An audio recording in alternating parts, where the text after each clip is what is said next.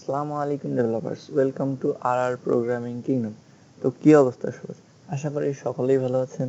তো গত ভিডিওটিতে আমরা এইচটিএমএল এর বেসিক সিনট্যাক্স এবং কমেন্টস দেখেছিলাম, কিভাবে এইচটিএমএল এর বেসিক সিনট্যাক্স তৈরি করতে হয় এবং কমেন্ট করতে হয় এইচটিএমএল এর মধ্যে। তো আজকের ভিডিওর টপিকটা হচ্ছে হেডিং, প্যারাগ্রাফ এবং বিআর ট্যাগ সম্পর্কে। তো হেডিং ট্যাগ মূলত কি? হেডিং ট্যাগ হচ্ছে এমন এক ধরনের ট্যাগ যা এইচটিএমএল পেজের মধ্যে বা ওয়েব পেজের মধ্যে টাইটেল এবং সাবটাইটেল হিসেবে শো করা হয়।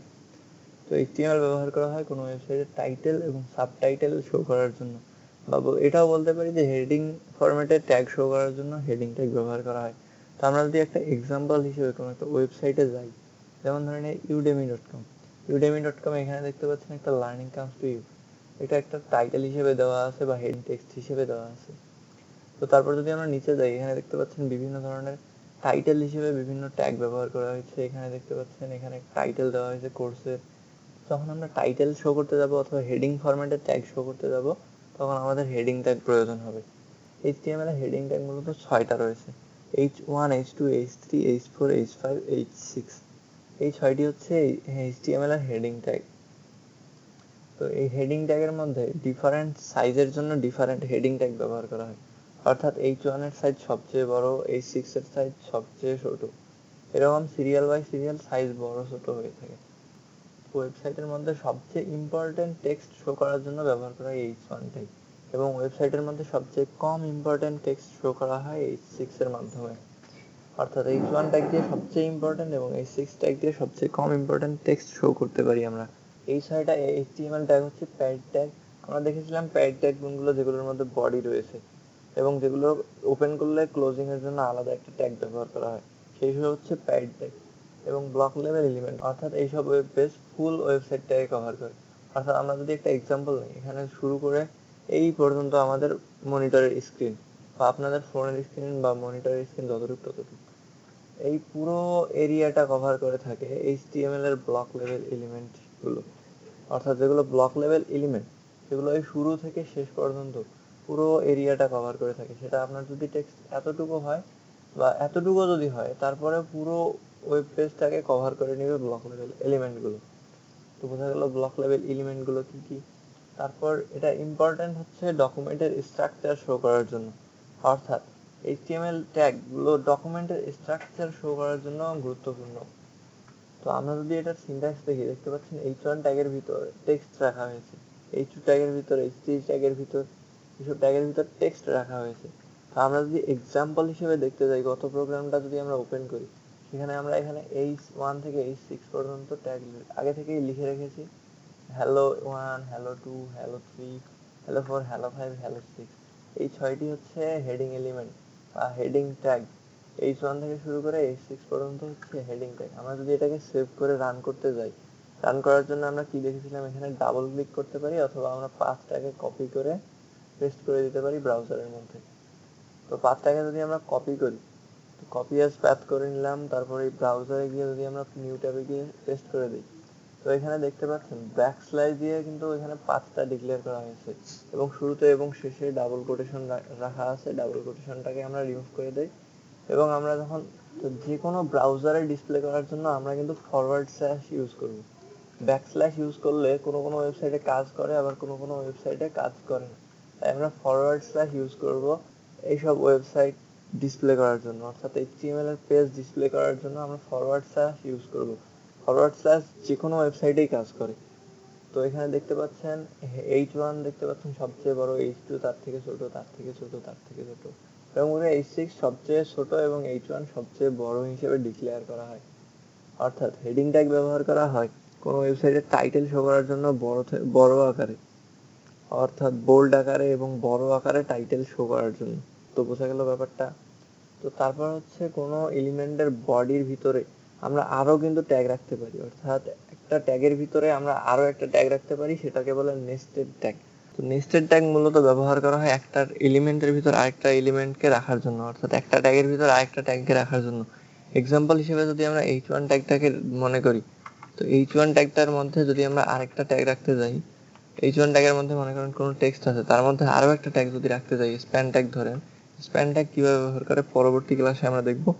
স্প্যান ট্যাগদের ভিতরে আমরা ধরেন একটা টেক্সট রাখলাম, সেটাকে আমরা কিন্তু স্প্যান ট্যাগ এখানে ক্লোজ করে দিলাম এবং হেডিং ট্যাগ থেকে এখানে আবার ক্লোজ করতে হবে, অর্থাৎ হেডিং ট্যাগটাকে ওপেন করেছিলাম আবার ক্লোজ করতে হবে। তো এখানে দেখতে পাচ্ছেন কি এখানে একটা হেডিং ট্যাগের ভিতর আমরা টেক্সট রাখছি, তার ভিতরে আবার স্প্যান নামে একটা ট্যাগ রাখছি যেটা আবার একটা টেক্সট রাখা হয়েছে।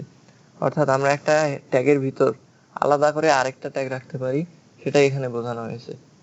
তারপর P tag stands for paragraph, অর্থাৎ আমরা যখন কোনো ওয়েবসাইটে প্যারাগ্রাফ বা টেক্সট আকারে শো করব, আমরা ইংলিশে পড়েছিলাম কি প্যারাগ্রাফ কিভাবে প্যারাগ্রাফ বিভিন্ন প্যারা আকারে থাকে, অর্থাৎ বিভিন্ন প্যারা আকারে যখন আমরা ইউজ করব তখন সেটাকে আমরা প্যারাগ্রাফ বলতে পারি। এইচটিএমএল এও সেম, এইচটিএমএল এ প্যারা আকারে কোনো টেক্সট শো করার জন্য আমরা প্যারাগ্রাফ ট্যাগ ইউজ করে থাকি। তো এটা একটা প্যাড ট্যাগ এবং ব্লক লেভেল এলিমেন্ট। আমরা হেডিং ট্যাগের মধ্যে দেখলাম কি প্যাড ট্যাগ এবং ব্লক লেভেল এলিমেন্ট হচ্ছে, প্যাড ট্যাগগুলোর বডি থাকে এবং ব্লক লেভেল এলিমেন্টগুলো পুরো ওয়েবসাইটটার স্ক্রিনটাকে কভার করে রাখে। তো এটাই এখানে বোঝানো হয়েছে, প্যাড ট্যাগ হচ্ছে বডিযুক্ত ট্যাগ এবং ব্লক লেভেল এলিমেন্ট পুরো স্ক্রিনটাকে কভার করে রাখে। অর্থাৎ আমরা প্যারাগ্রাফ যদি এতটুকু টেক্সট দিই তারপরে পুরো লাইনটাকে মেমোরির মধ্যে সে দখল করে রাখে। অর্থাৎ আমরা যখন প্যারাগ্রাফ ট্যাগ ইউজ করব তখন এতটুকু টেক্সটও যদি রাখি তারপরে আমাদের মেমোরিতে পুরো এরিয়াটা জায়গা দখল করে রাখবে প্যারাগ্রাফ ট্যাগ। তারপর প্যারাগ্রাফ ট্যাগ সবসময় একটা নতুন লাইন তৈরি করবে এবং ব্রাউজারের মধ্যে অটোমেটিক একটা মার্জিন দিয়ে দিবে। অর্থাৎ মার্জিন হিসেবে আমরা কি জানি, আমরা যখন পরীক্ষা দেই তখন কিন্তু আমরা একটা নির্দিষ্ট এরিয়ার মধ্যে মার্জিন দিয়ে তারপর লেখা শুরু করি। প্যারাগ্রাফটাকেও সেম মার্জিন হিসেবে একটা দিয়ে দিবে অটোমেটিক। ব্রাউজারের মধ্যে মনে করেন পুরো ব্লক লেভেল এলিমেন্টটা রয়েছে, আমরা প্যারাগ্রাফ যখন ডিক্লেয়ার করব হয়তো এখান থেকে শুরু হতে পারে, যেমন ব্রাউজার একটু মার্জিন অটোমেটিক দিয়ে রাখবে, সেটা এখান থেকে মনে করেন শুরু হইতে পারে। তো এটাই বোঝানো হয়েছে এখানে। তারপর এটার যদি সিনট্যাক্স আমরা দেখতে যাই, প্যারাগ্রাফ ট্যাগ সিনট্যাক্স হচ্ছে অ্যাঙ্গুলার ব্রেসের মধ্যে পি দিয়ে শুরু হয় এবং মাঝে একটা টেক্সট থাকে এবং পি দিয়ে শেষ হয়। তো প্যারাগ্রাফ ট্যাগের সিনট্যাক্সটা দেখি আমরা যদি কোডের মধ্যে দেখতে যাই প্যারাগ্রাফ ট্যাগের সিনট্যাক্স। তো আমরা যদি আগের প্রোগ্রামটাই ওপেন করি হেডিং ট্যাগের সাথে, এখানে যদি আমরা পি একটা ট্যাগ নেই, সেখানে ভিতরে আমরা হিজিবিজি কিছু একটা লিখে দিলাম, তারপর এটাকে আবার যদি পি এর মাধ্যমে ক্লোজ করে দেই এবং এটার আউটপুট দেখতে যাই ব্রাউজারে, আমরা আগের প্রোগ্রামটাকে যদি রিফ্রেশ করি সেখানে দেখতে পাচ্ছেন একটা টেক্সট শো করেছে এবং সাইডে দেখতে পাচ্ছেন একটা নির্দিষ্ট গ্যাপ রয়েছে। অর্থাৎ ব্লক লেভেল এলিমেন্ট আমরা হেডিংও ইউজ করেছি, প্যারাগ্রাফে ইউজ করেছি। ব্রাউজারের কাছে অটোমেটিক একটা মার্জিন শো করে, দেখতে পাচ্ছেন উপর নিচ এবং সাইডে একটা নির্দিষ্ট পরিমাণ মার্জিন অটোমেটিক দিয়ে দিয়েছে ব্রাউজার থেকে। তো প্যারাগ্রাফ ট্যাগ আমরা ব্যবহার করব কখন? প্যারাগ্রাফ ট্যাগ আমরা ব্যবহার করব এখানে, আগে যদি আমরা ইউডেমি খুলি, ইউডেমির মধ্যে এখানে আমরা দেখলাম কি এখানে একটা হেডিং ট্যাগ রয়েছে এবং নিচে দেখতে পাচ্ছেন এগুলো টেক্সট রয়েছে। এই টেক্সটগুলো শো করার জন্য আমরা প্যারাগ্রাফ ব্যবহার করে থাকি, অর্থাৎ প্যারা আকারে বা নির্দিষ্ট কোনো টেক্সট আকারে শো করার জন্য আমরা প্যারাগ্রাফ ট্যাগ ব্যবহার করে থাকি। তো বোঝা গেল ব্যাপারটা, আমরা প্যারাগ্রাফ ট্যাগ কেন ব্যবহার করব। হেডিং ট্যাগের মধ্যে আমরা ওয়েবসাইটের টাইটেল ব্যবহার করে থাকি এবং প্যারাগ্রাফ ট্যাগের মধ্যে আমরা ওয়েবসাইটের ডেসক্রিপশন বিভিন্ন প্যারা আকারে টেক্সট শো করার জন্য প্যারাগ্রাফ ট্যাগ ব্যবহার করি। তারপর নোট হিসেবে আছে কি আমরা এইচটিএমএল এর মধ্যে ট্যাব এবং স্পেস বার ব্যবহার করলে এইচটিএমএল এর মধ্যে একটা স্পেস বারই ব্যবহার করবে। অর্থাৎ এইচটিএমএল এর মধ্যে আমরা যখন ট্যাব ব্যবহার করব বা স্পেস ইউজ করব তখন আমাদের এইচটিএমএল ব্রাউজারের মধ্যে শুধু একটা স্পেস শো করবে।